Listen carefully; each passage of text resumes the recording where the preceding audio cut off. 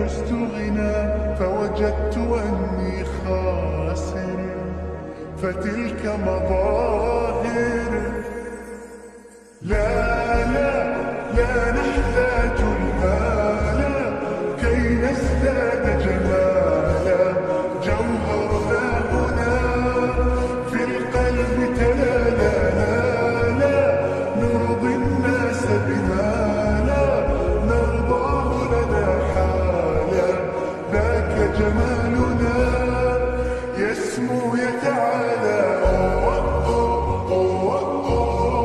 3 ওভারে 23 3 উইকেট।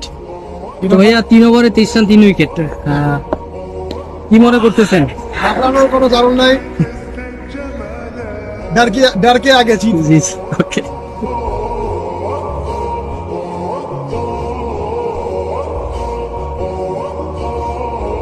كن أنت تزداد جمالا لا لا لا لا لا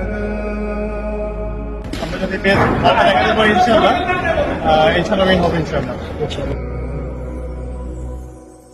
أتقبلهم الناس لست أقلد ভাই 170 এর কোঠায় কি মনে হচ্ছে? كي أرضيني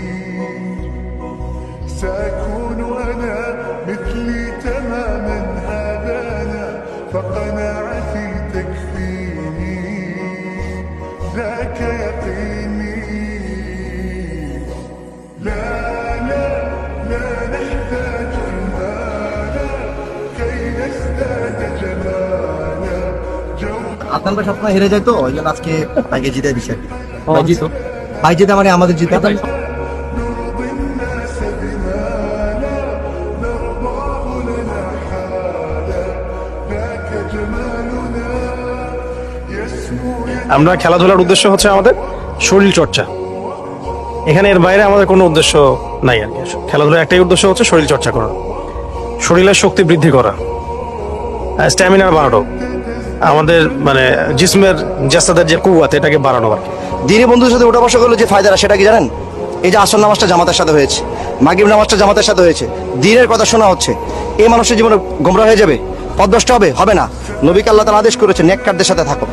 আমরা একটা মেসেজ দিতে চাই আমাদের দেশের প্রতিটি অঞ্চলে, যেন আমাদের দিনী ভাইদের প্ল্যাটফর্ম যেগুলো আছে তারাও যেন এরকম সুস্থ সংস্কৃতি চর্চা করে। আমি একটা বিষয় বলবো যে আদনান ভাই যেটা আমাদেরকে দিক নির্দেশনা দিয়ে থাকে যে বাদ ফজর খেলার জন্য উৎসাহী করে থাকে, কারণ হচ্ছে যে আমরা অনেকেই ফজর পরে ঘুমায় যাই, তো এটা যেহেতু নিষেধ আছে হাদিসে আল্লাহ রাসূল থেকে, তো এই জন্য আমরা চেষ্টা করবো বাদ ফজরটাকে মূল্যায়ন করার জন্য, যে ফজরের নামাজ পড়ার পরে কোরআন জিকির আজকার করতে করতে আমরা মাঠে আসবো।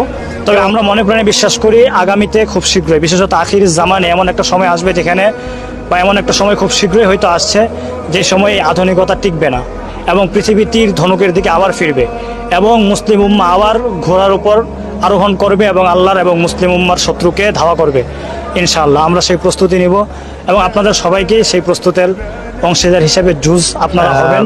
এমন কিছু কসরতে থাকা যেগুলো আমাদের সুস্থ রাখবে, আমাদেরকে সুস্থ রাখবে। এখানে অনেকগুলো বিষয় একত্রিত হয়, একটা তো সুস্থতা, একটা হলো বিনোদন, নিছক বিনোদন না, এই বিনোদনের কিছু ভালো সাইড আছে এখানে। আমরা ব্রাদারহুডের ব্যাপার আছে এবং আমরা যেহেতু সবকিছু ইসলামিকভাবে করার চেষ্টা করতেছি, তো এখানে দিনের মূল ভিত্তিগুলো নষ্ট হচ্ছে না, ঠিক আছে?